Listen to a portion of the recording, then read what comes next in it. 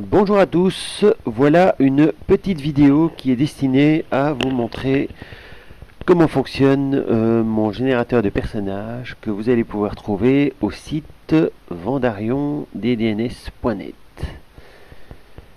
Alors, en arrivant sur ce site, vous allez à droite et dans les projets en cours, vous avez l'éditeur Pathfinder. Pour y accéder, vous allez taper le mot de passe Guest, qui est en fait un utilisateur standard que n'importe qui peut utiliser. Code d'accès OK. Poursuivez votre visite et vous voilà dans l'éditeur où la seule chose que vous pouvez faire d'ailleurs c'est créer des personnages. Normalement, un administrateur peut évidemment créer les classes, les capacités, les races, etc., etc. Mais ici, nous allons juste créer un personnage. Et j'ai choisi comme personnage Leszetandro, qui est une ensorceleuse barbare, tiefling, avec plein de capacités raciales qui ne sont pas standards. Par conséquent, c'est un personnage vraiment intéressant. On va commencer donc par créer un nouveau personnage. Et ce personnage s'appelle Leszetandro. Ses caractéristiques sont 18, 14, 12, 10, 10, 16. Donc un barbare assez costaud, une bonne dextérité, une intelligence de barbare, une sagesse de barbare et un charisme d'ensorceleuse. Et sa race est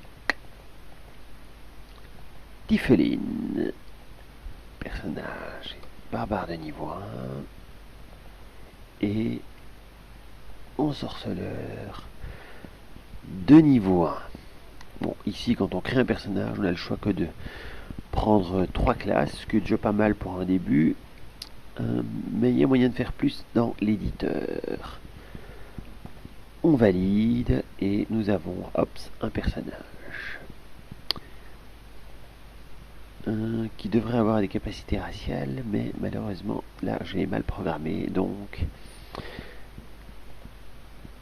si je change dans l'éditeur et que je remets la race Tiefling, validé, j'ai mes capacités raciales qui apparaissent comme par magie. Ce sont les capacités raciales de base de tous les Tieflings.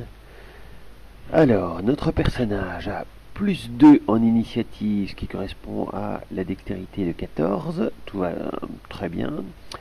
Vitesse 16, c'est-à-dire 8 cases, ce qui est un petit peu plus qu'un personnage normal, mais c'est logique vu qu'il s'agit d'un barbare qui a le déplacement accéléré. 6 points de compétence possibles, un don possible, un bonus de base à l'attaque de plus 1, plus 5 en mêlée, plus 3 en distance, qui correspondent aux caractéristiques. Et je vais maintenant commencer à l'éditer pour qu'il soit correct. Ce personnage a donc, je passe sur les sur l'âge, poids, taille, etc. On s'en fout et on passe aux capacités de combat. Il n'y a rien de très... Les armes, on verra ça plus tard. Les capacités. Les traits raciaux, évidemment, notre joueur a décidé de n'en faire qu'à sa tête et a pris des traits raciaux qui ne sont rien à voir avec les traits standards, rien que pour nous embêter. Nous allons donc les modifier tout de suite. Dans le choix des capacités, nous avons les traits de personnage, traits de background, qui sont ici le don pour la magie et réactif. Alors, réactif, don pour la magie, ça c'est une bonne chose. Hops. Dans les traits raciales, nous n'avons pas les compétences Tiefling, bien entendu. mais à la place, nous avons la gueule. Voilà, magie des fielons, on n'a pas non plus. On a peau écailleuse, on n'a pas le pouvoir magique de faire des ténèbres, ni la résistance des fielons, mais on a par contre séduisant menteur, et la vision dans le noir, on a. C'est du moins ce qui est indiqué ici. Peau écailleuse, oh que préhensible, je l'ai oublié. Mon Dieu. Que préhensible, qui permet de ramasser les petits objets. C'est toujours pratique. Alors, dans les autres capacités au choix, nous avons la possibilité de prendre un lignage. Je n'ai programmé qu'un seul lignage pour l'instant parce que je n'ai pas besoin des autres.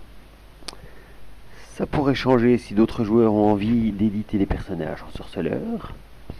Avis aux amateurs et mise à jour.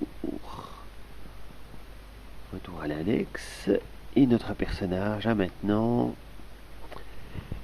les capacités raciales du personnage. Donc ajuste, modifié.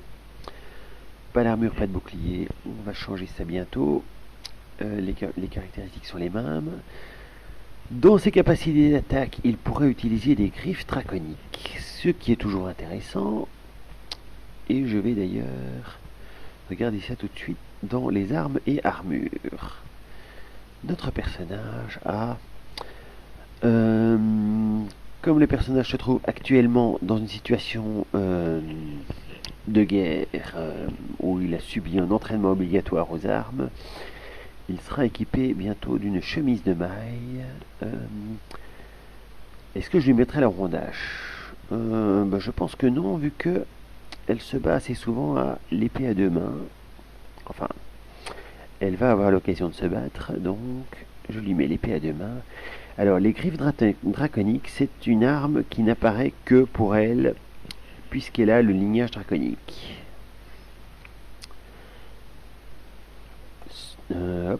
Donc, submit, et notre personnage a maintenant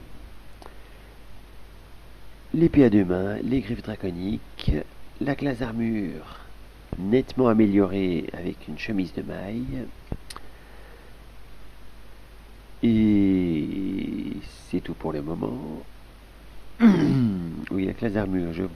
Petit calcul mental de vérification. C'est 10 de base. Plus 4 pour la chemise de maille, ça fait 14. Plus 2 pour la dextérité, ça fait 16. Mais notre personnage a une peau écailleuse, donc ça fait bien 17.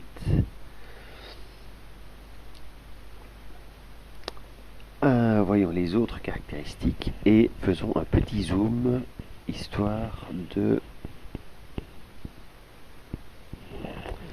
nous faciliter la lecture, en tout cas pour vous en tout cas.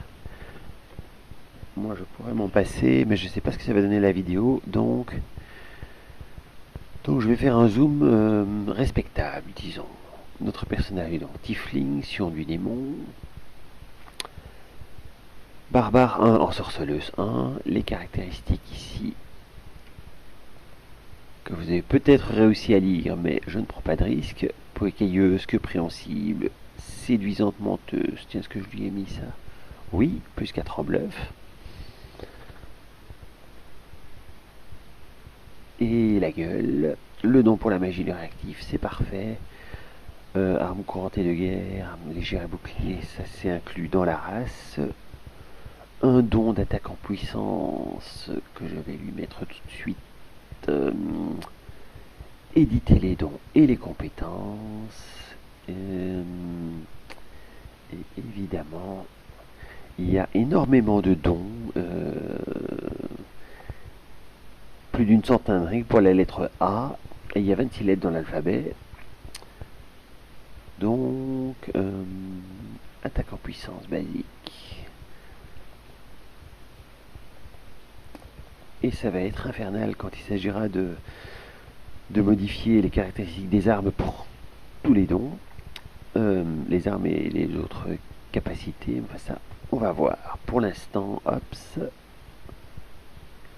notre personnage a donc le don attaque en puissance. 6 compétences qui sont indiquées ici et très peu lisibles malheureusement. Acrobatie, connaissance des mystères, connaissance de la nature, toum toum toum. Perception, survie, et il en manque un, ça va me revenir, et acrobatie, voilà. Donc, hop, un acrobatie, ce serait pas de la magie par hasard, non même pas, ça alors. Et bluff bien entendu, voilà celui qui manquait. Donc, acrobatie, bluff,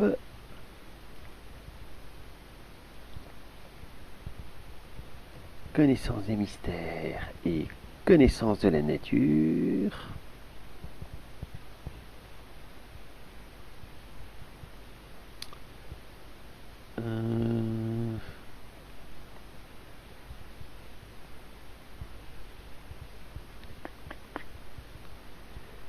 Survie et j'ai oublié le 6e. Et perception bien entendu. La compétence indispensable par excellence.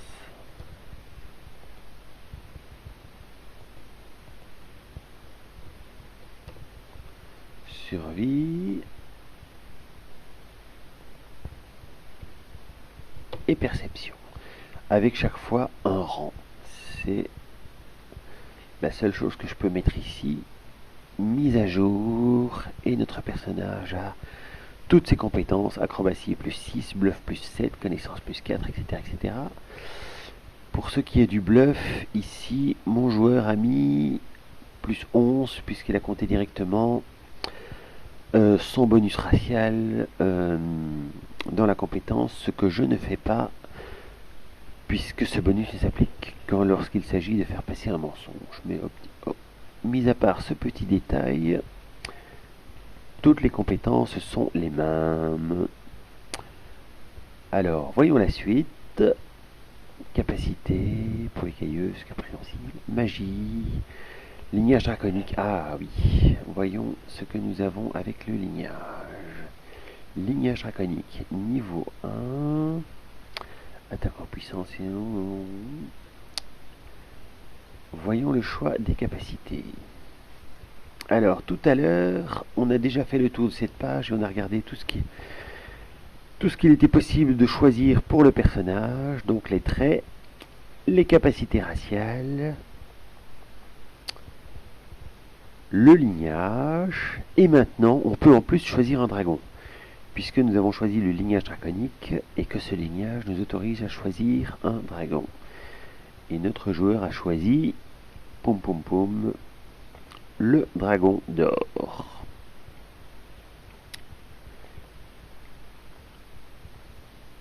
Nous revenons maintenant au personnage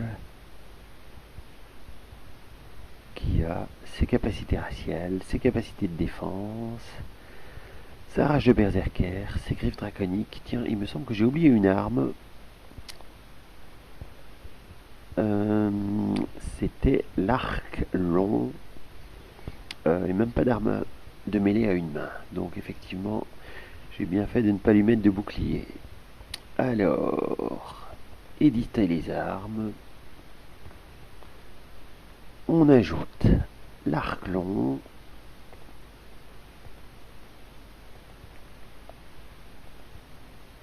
Et notre personnage a une arme de plus. Plus 3 au toucher, pas de bonus aux dégâts. L'épée à deux mains, les dégâts 2d6 plus 6 puisque l'arme est tenue à deux mains.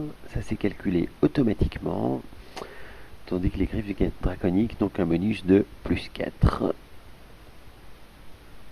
Et les points de vie 18, donc les points de vie sont calculés automatiquement et c'est dans la défense. Hop, point de vie 18, c'est la moyenne. Les jets de sauvegarde plus 2, plus 3, plus 2, c'est calculé également. Donc en quelques clics, votre personnage est terminé.